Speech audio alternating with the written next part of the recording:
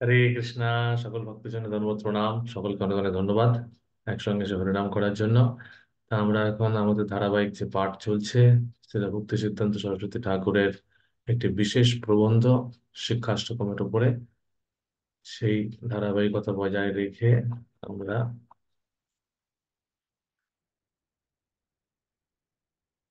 আজকে তৃতীয় শ্লোকে এসে পৌঁছেছি। তৃতীয় শ্লোক। আমরা তার আগে যেরকম সম্পূর্ণ শিক্ষাষ্টকমটা একবার পড়ে নেব।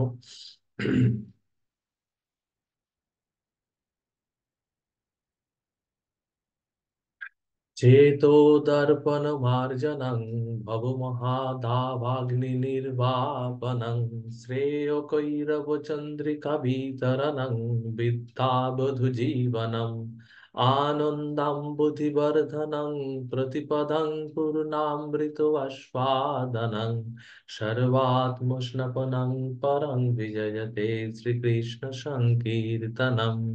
नाम बहुधा निज सर्वशक्ति सत्तार्पिता नियमित स्मरणे न कालः एतादृशी तव कृपा भगवनं मनापि दुर्दैवमित्रीशम्मिह जनिनामनुरागः त्रिनादपि शनीचेन तररपि सहिष्णुना अमानेन मानदेन कीर्तनीय सदा हरि न धनं न जनं न सुन्दरीं कवितां व जगदीश कामये मम जन्मनि जन्मनीश्वरे भवताद्भक्तिराहैतुकितोयि ओयि नन्दतनुज किङ्करं पतितं मां भीषमे भवाम्बुधौ कृपया तव पादपङ्कज स्थितधूलिसदृश विचिन्ताय नयनं गदश्रुधारया वदनं गदगदरुत्थया गिरा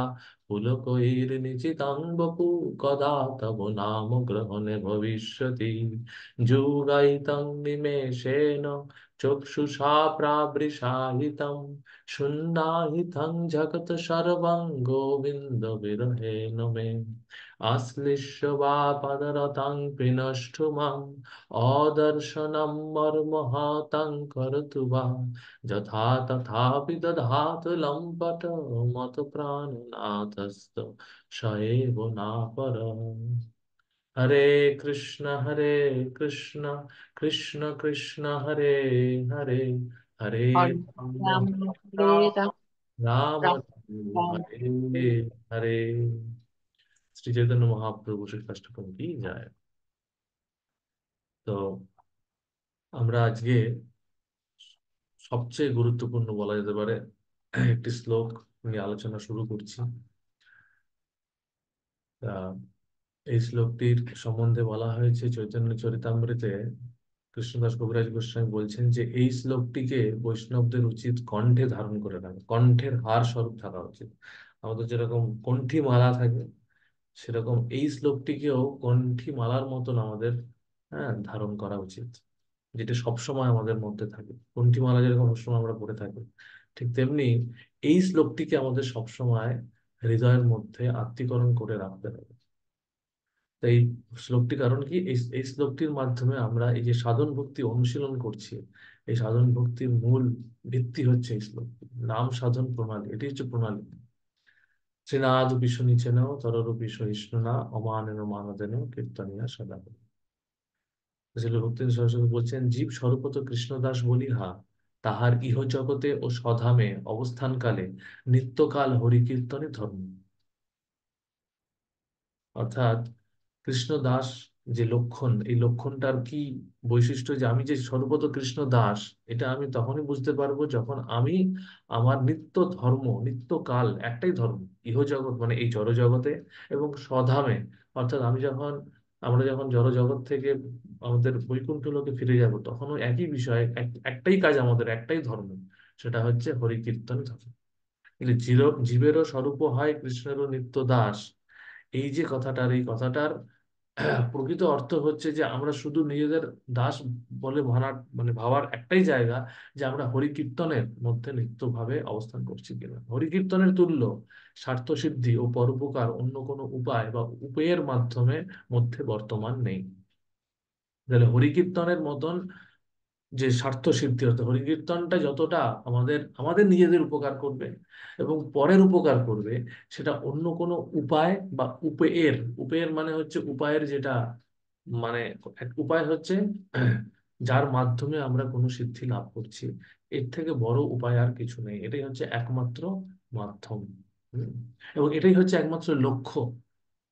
হ্যাঁ, সাধ্য সাধন, আমাদের সাধনার মাধ্যমে আমরা সাধ্যকে পাওয়ার চেষ্টা করছি। হ্যাঁ, উপায়ের মাধ্যমে উপেয়কে পাওয়ার চেষ্টা করছি। তা এটাই হচ্ছে সবচেয়ে সর্বোচ্চ উপায় এবং সর্বোচ্চ উপেয়। কীর্তন দ্বারা পরার্থপরতা এবং নিজের সর্বসু সর্বশুভোদয় হয়। এই কীর্তনের দ্বারা, হরিকীর্তন, এই হরিকীর্তনের দ্বারা পরার্থপরতা, অর্থাৎ পরের জন্য কিছু করা এবং সর্বোচ্চ কিছু করা। একটা হচ্ছে স্বার্থপরতা আর হচ্ছে পরার্থপরতা। হ্যাঁ? এই স্বার্থপরতাটা কি, এখানে আগের লাইনে বলেছেন কি, স্বার্থ সিদ্ধি, নিজেদের স্বার্থ সিদ্ধি হচ্ছে। হ্যাঁ? নিজের স্বার্থ কি, নিজের স্বার্থটা কি, নিজের স্বার্থটা হচ্ছে যে আমি আমার যে নিত্য ধর্ম, তার সেই সেই সেই জায়গায় সিদ্ধি লাভ করার চেষ্টা, সেই জায়গায় আমি সিদ্ধি লাভ করছি। আমার ধর্ম হচ্ছে হরিকীর্তন করা, আমি সম্যক রূপে সংকীর্তন করছি, এটা আমার ধর্ম। এটার মাধ্যমে আমি আমার স্বার্থ সিদ্ধি করছি। আর এটার ফলে কি হচ্ছে, এই কীর্তন দ্বারা শুধুমাত্র এরকম নয়, জড়জাগতিক কোনো বিষয়ে যখন আমরা নিজেদের স্বার্থ সিদ্ধি হয়, অন্যদের স্বার্থ হানি হয়। কিন্তু এই কীর্তন এমন একটি বিষয় যেটার দ্বারা আমার নিজের স্বার্থ সিদ্ধি হচ্ছে। আর এটা এটা এই স্বার্থ সিদ্ধিটা তথাকথিত জড়জাগতিক শুধুমাত্র স্বার্থপরতা নয়, এই স্বার্থ, এটা স্বার্থপরতার ঊর্ধ্বে, এটা পরার্থপরতা। আর নিজেরও সর্বশুভ উদয় হয়। যেরূপে শ্রীনাম গ্রহণ করিলে নাম অপরাধ হয় না, নামাভাস হয় না, তাহা জানিবারই জন্য, তা জানাইবার জন্য তৃণাদপি শ্লোকের অবতরণ। অর্থাৎ যেইভাবে নাম গ্রহণ করলে নাম অপরাধ, অপরাধযুক্ত নামের স্তর থেকে স্তর থেকে নামাভাসের স্তর থেকে আমরা আগে যেতে পারবো। অর্থাৎ আমরা অন্য যে দুটি স্তরের কথা গত দুটো শ্লোকে আলোচনা করলাম, গত শ্লোকে আলোচনা হলাম, বললাম যে নামাপরাধ এবং নামাভাস, এই দুটো থেকে আমাদের আরো আগে যেতে হবে। তাহা জানাইবার জন্যই ত্রিনাদপি শ্লোকের অবতরণ। তাহলে কিভাবে আমাদের সেই নাম গ্রহণ করতে হবে, আমাদের এই নাম যে গ্রহণ করছি, এই নামটা কিভাবে গ্রহণ করলে আমরা সেই শুদ্ধ কৃষ্ণ নামের দিকে যাব, শুদ্ধ কৃষ্ণ নামের দিকে যাব, তার জন্য এই শ্লোক দেওয়া হয়েছে। যাহার চিত্তের প্রবৃত্তি কৃষ্ণ উন্মুখী না হইয়া বিষয় ভোগে প্রমত্ত হয়, তিনি কখনোই নিজের ক্ষুদ্রতা উপলব্ধি করতে পারেন না। তাহলে এটা একটা গুরুত্বপূর্ণ বিষয় যে যাহার চিত্তের প্রবৃত্তি কৃষ্ণ উন্মুখী না হয়ে, কৃষ্ণ উন্মুখী না হয়ে বিষয় ভোগে প্রমত্ত হয়, তিনি কখনোই নিজের ক্ষুদ্রতা উপলব্ধি করতে পারেন না। এখানে কি বলছে, তৃণাদপি শুনিছেন, তৃণের থেকেও নিচ। তাহলে আমি যে নিজেকে নিচ, এটা এটা হচ্ছে প্রথম হচ্ছে তৃণাদপি, তৃণ তৃণ খুব ক্ষুদ্র একটি জিনিস, তাই না? এই ক্ষুদ্রতা উপলব্ধি করা, এই ক্ষুদ্রতা উপলব্ধি আমরা ততক্ষণ করতে পারবো না যতক্ষণ আমাদের মধ্যে বিষয় ভোগের বাসনা আমাদের প্রমত্ত হয়ে থাকবে। হুম। এই বিষয়ভোগের বাসনা যতক্ষণ আমাদের মধ্যে থাকবে, সেটা হচ্ছে কৃষ্ণ উন্মুখতা, অর্থাৎ ঈশা, আগের একটি শ্লোকে বলেছেন ঈশ বৈমুখ্যতা, এখানে লিখছেন জীবের ঈশ বৈমুখ্য বশত।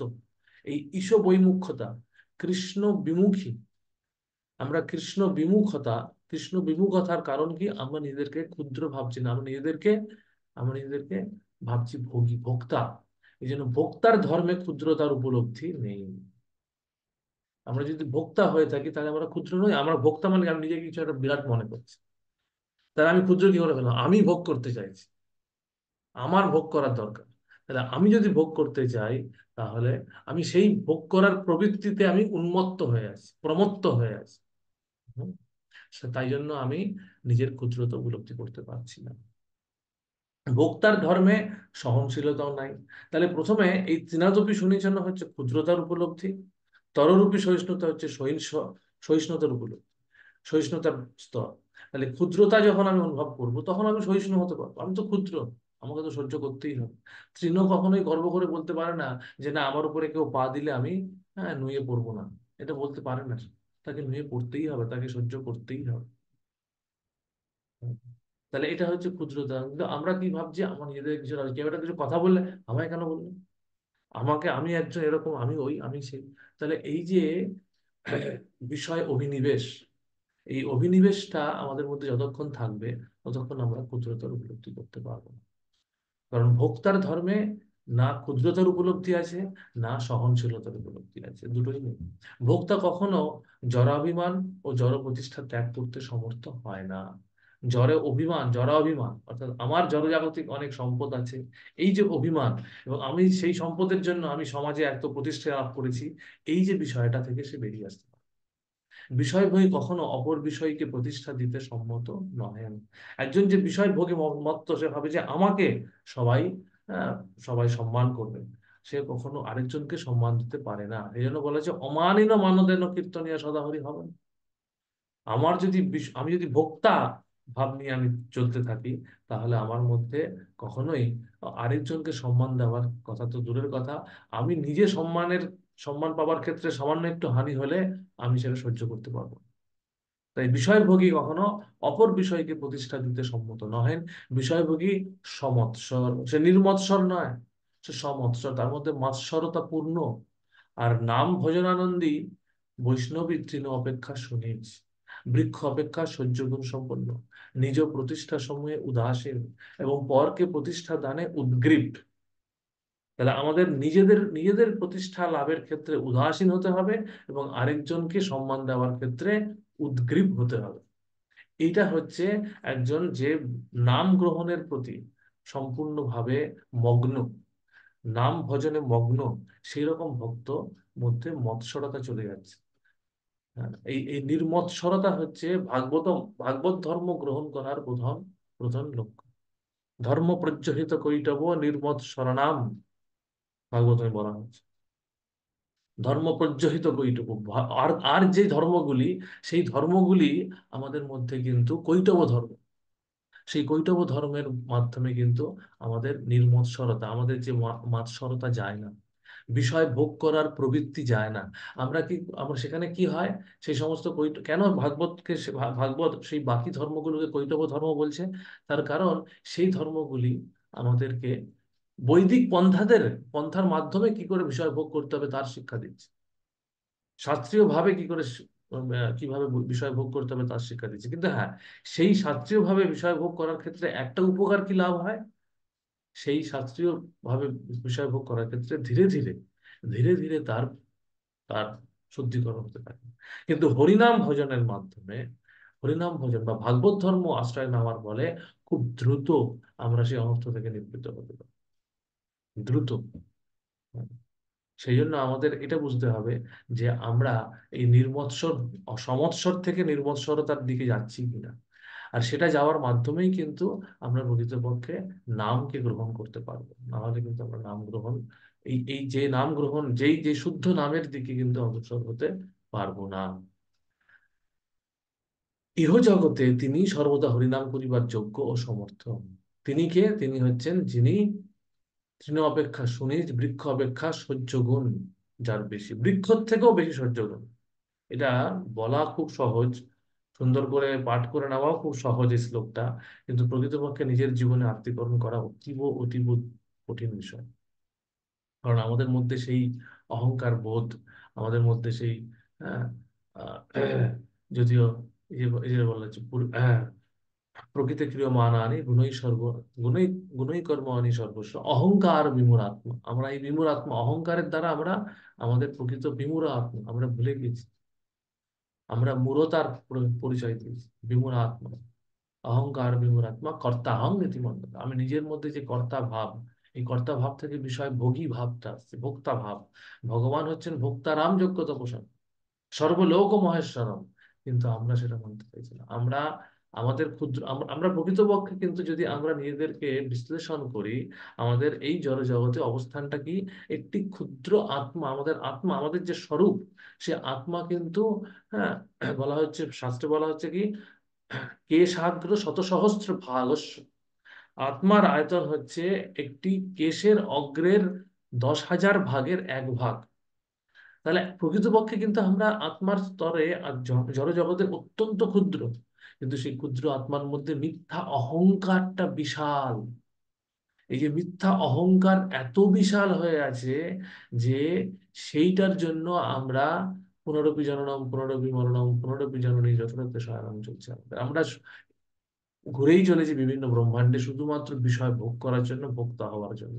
আমাদের এই মিথ্যা অহংকারের দ্বারা বিষয় ভোগের তৃষ্ণা থেকে আমরা মুক্ত হতে পারছি না।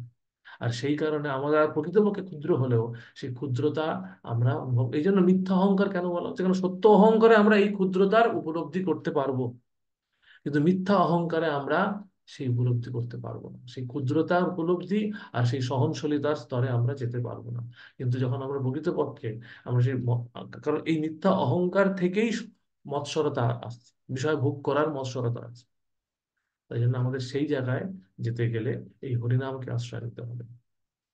শ্রী শুদ্ধ বৈষ্ণবগণ নিজ নিজ আচার্য শ্রী গুরুদেব ও অপর বৈষ্ণবকে যে সকল সম্মানসূচক প্রতিষ্ঠার আরোপ করেন, তাহা তাদের মানদ ধর্ম হইতেই উত্থিত হয়।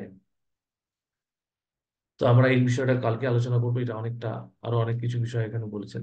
তা আমরা এখানে যেটা বুঝতে চেষ্টা করবো, আমার একটি কথা মনে পড়ছে, সেটা বলে শেষ করবো। ভক্তি সিদ্ধান্ত সরস্বতী ঠাকুরকে যখন কেউ প্রণাম করতেন, তখন তিনি বলছেন, তিনি বলতেন, হ্যাঁ, দাসস্মি। তিনি নিজেকে তার দাস হিসেবে ভাবতেন। যখনই আমরা এটা দেখেছি, আমরা যদি অভয়চরণ সিনেমাটা দেখে থাকেন, অভয়চরণ যে সিরিয়ালটি, সেখানেও কিন্তু যখন ইভেন দেখাচ্ছে অভয়চরণ দে এসে ভক্তিচন্দ্র সরস্বতীর কাছে প্রণাম করছেন, তিনি তখন বলছেন দাস অস্মি। তাহলে এই যে দাস ভাবটা, জীবেরও স্বরূপ হয় কৃষ্ণের নিত্য দাস, শুধু জীবের স্বরূপ হয় কৃষ্ণের নিত্য দাস, শুধু কৃষ্ণের দাস নয়, আমি একজন বৈষ্ণবেরও দাস। একজন গুরু হয়ে তিনি ভাবছেন কি, আমি আমার শিষ্যের দাস, আমি শিষ্যকে সেবা করছি, তাকে যে ভগবত এই যে অজ্ঞান তিমিরান্ধস্য জ্ঞানাঞ্জন শলাকায় দান করছি, এটা আমার একটা সেবা। আমি তাকে সেবা করছি, আমি তার দাস দাস হিসেবে সেবা করছি। তাহলে এই ভাবটা বলা সোজা, কিন্তু প্রকৃতপক্ষে এই ভাবটা নিজের মধ্যে গ্রহণ করা অনেক অনেক কঠিন। এই এই জিনিসটা এই এই শ্লোকের মাধ্যমে আমরা শ্লোকটাকে প্রতিদিন আমরা আমরা মুখস্থ তো করবো, কিন্তু মনস্থ করতে হবে, হৃদয়স্থ করতে হবে। আমরা মুখস্থ করার সঙ্গে সঙ্গে হৃদয়স্থ হচ্ছে কিনা দেখতে হবে, এবং সেটা আমরা পালন করছি কিনা প্রত্যেক দিন। হ্যাঁ, এবং প্রত্যেক দিন আমাদের ভাবা উচিত যে আজকে আমি আমার কোন ব্যবহারের দ্বারা অন্তত বাহ্যিক ভাবে, অন্তরে হয়তো সম্পূর্ণভাবে আমার সেই মিথ্যা অহংকার যাচ্ছে না, কিন্তু আমি বাহ্যিক ভাবে অন্তত কোনো বৈষ্ণবের সঙ্গে আমি এমন কোনো ব্যবহার করলাম না তো, যার দ্বারা আমি আমি তাকে কষ্ট দিলাম, বা আমি আমি তার তার প্রতি তাকে অসম্মান করলাম। সহনশীলতা এবং ক্ষুদ্রতা এবং সহনশীলতা থেকেই প্রকৃতপক্ষে আরেকজনকে সম্মান দেওয়ার উদ্গ্রীবতা তৈরি। আমি যখন নিজেকে ক্ষুদ্র ভাববো, আরেকজনকে মহান ভাববো, তখনই আমি তাকে সম্মান দিতে চাইবো না। কিন্তু আমি যদি নিজেকেই ভাবি আমি মহান, তাহলে আমি সম্মান চাইবো। তাহলে এই যে অমানেন মানদেন, এই বিষয়টা আসবে না। এই বিষয় নিয়ে আরো আলোচনা শিল ভক্তি ঠাকুর করছেন। আজকে আমরা এখানেই বিরাম দেবো। শিল ভক্তি ঠাকুর কি যায়, শিল প্রভুপাদ কি যায়, হরিনাম প্রভু কি যায়। হরে কৃষ্ণ কৃষ্ণ কৃষ্ণ হরে হরে, হরে রাম রাম রাম হরে হরে। সমস্ত বৈষ্ণব ভক্তবৃন্দ কি যায়।